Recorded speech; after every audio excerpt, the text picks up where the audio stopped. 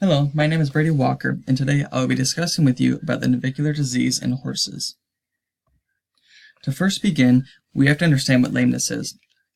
Lameness is an abnormal gait caused by either bone, ligaments, joints, etc. Lameness is one of the many exhausting struggles with having horses, especially in the horse show industry. It is very common for any performance horse to become lame of any age and any discipline. One of the many struggles with these animals is determining lameness. Sometimes a horse could be walking along the arena and for no reason, the horse steps wrong. He will then walk it out for 2 or 3 strides maybe, and once you put him away, he starts to limp. Some horses are tougher than others and can be lame and not really show you, while some horses could scuff their foot on a ledge and act like they're dying in pain. One of the worst experiences of lameness is being at the World Championship Horse Show and being excused out of the ring in front of everyone because your horse is lame, even though prior to that moment, he was sound and perfect before that class. At those world shows, it is not uncommon to have horses become sore. There is lots of enduring work with these animals at the shows. But with navicular disease, this focuses solely on lameness. And I chose this slide because I thought this was a good example, and actually a perfect example, of a severe lame horse that could possibly have navicular disease. If you are in any demanding equine sport, you quickly understand what having lameness is all about. That's why it is very important to have maintenance with your horse. You might ask yourself, what do you mean about maintenance? What I mean about maintenance is having the basic common steps you would take if your horse was lame before diving into any further more in-depth treatment. To build a scenario, say you have a horse you are preparing for this horse show that you have been planning on going to. And 4 weeks before that show starts, he or she begins limping in the front leg. These are the exact moments in the horse show industry that we as competitors dread. For the first tips of a maintenance like this is to first see what you can do before calling your veterinarian. I would first suggest cleaning out your horse's hooves. Really good to see if there's a rock or even a small nail stuck in the hoof, though this should already be done prior to riding or exercising your horse.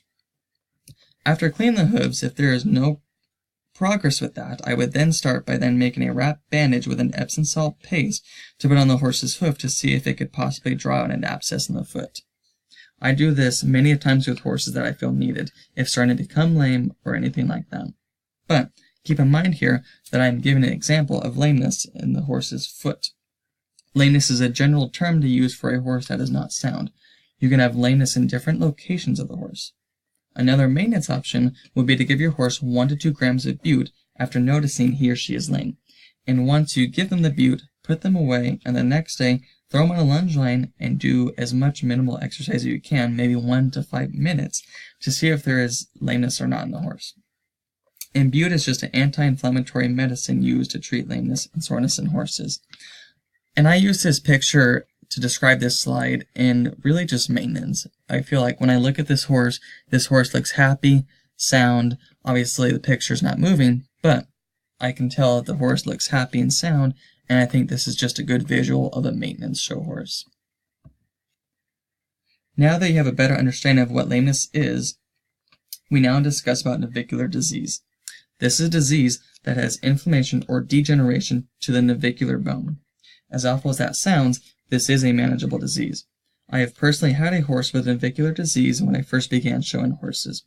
After Ziggy had navicular surgery, he was happy and sound like he was before. The navicular bone has one main function, and that is to provide a constant angle to the hoof to distribute the forces on joints when in movement.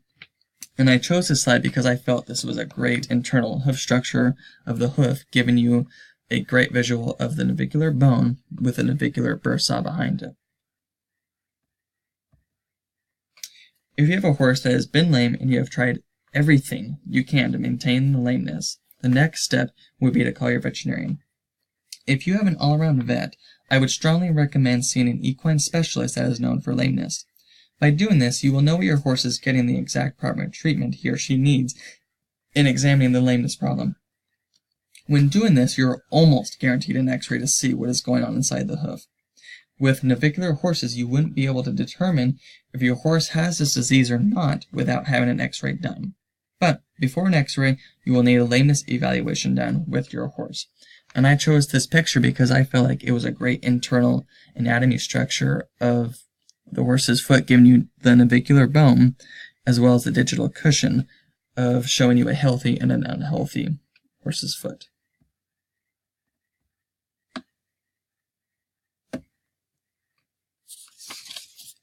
With having lameness evaluations done, these are the protocol steps for a full lameness evaluation when taking your horse in to see if he or she has navicular disease. The first step of the lameness evaluation is the veterinarian will do is they will grab what is called a hoof testers. And the hoof testers are a metal squeeze device that will squeeze on the sole of the horse's hoof to see if there is any reaction reflecting pain in the horses. Next, what they will do is called a flexion test. This is done by having a technician handle the horse while the veterinarian is picking up each leg of the horse and flexing each leg for about 10 to 15 seconds. While the vet is doing this, the tech will be watching the vet the entire time, in a position ready to trot the horse off immediately. Once the veterinarian releases the leg back to the ground, they should already be on a flat asphalt or concrete surface so that once he or she lets go, the tech is already trotting the horse before giving the horse a chance to take a walk step. And they do that because, sometimes horses will want to hide their pain and tuck their feet, and they will grudge on the pain, and by just immediately trotting off, that'll just immediately show where the source of pain would be. This is a great test also because you will see almost immediately, like I just said, of which area the horse could be lame on. Another evaluation they can do is what is called a block injection, or also called a nerve block. And what this entails is this is an injection that could possibly numb the source of pain within the hoof. Once injected, the horse will then go through the similar process by being examined at the trot and circles both directions to see if it makes the horse sound or not. After you have your lameness evaluations done and x-rays done, this will give you a better diagnostic to see what treatments are the best option for your horse. And I've personally had quite a few horses that have gone through block and nerve tests, and we've seen the results just automatically of what to do next.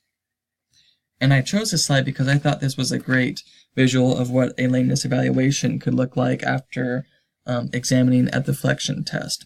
The veterinarian is on the fence while the technician is lunging the horse for the veterinarian to see if there is any lameness.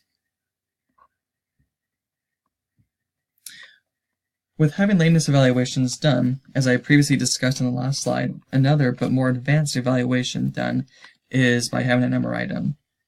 Though this is an amazing procedure to have done on your horse, it is a costly procedure when doing so. Getting an MRI done is just the same on the horse as if you were getting an MRI done yourself. With getting an MRI done, it shows the entire anatomy of the horse with the nervous and muscle structures to see if there are any tears, but mainly to see if there are any stress in the navicular region. Just back in 2016, I recently had a horse of mine have an MRI done to see what his lameness issue problem was at the Idaho Equine Hospital. We had been having an ongoing lameness problem for a long time, and we needed answers fast. With the days Bouncer would be 100% sound and just perfect, and the other days when he was so lame he couldn't even put weight on one foot. We knew we had to do something. And prior to the MRI, we had the fear that the possibility could be navicular disease. But thankfully, our MRI results came back and showed that wasn't the case at all. But again, without having an MRI done, we would have not been able to be on the right track to the road of recovery for Bouncer. And I chose this slide because I thought this was a great example of the use of an MRI in the horse's foot. It's really cool and pretty amazing to watch. So, once you have your lameness evaluations done, and even maybe an MRI, you are probably wondering what are some treatment options for a navicular horse. A great start off would be to try supplements. There are so many great supplements in the horse feed industry that there are plenty of options pertaining to lameness. Speaking from experience, I have put all my show horses throughout my life on some sort of supplement to help with lameness issues, as I have had past experience with lameness in horses a lot. As sad as that is to say, it's also good to have that experience. Another option would be to inject the navicular bursa. By injecting the navicular bursa, you are injecting an anti-inflammatory steroid that helps keep the horse pain-free in the navicular bursa. With having a navicular horse, most owners will do this on a maintenance schedule as well as corrective shoeing. corrective shoeing is absolutely huge when having a navicular horse. Usually a bar shoe or an egg shoe, like this one in this picture, or some type of shoe that will help lift the horse's foot is what's best for the hooves of a navicular horse.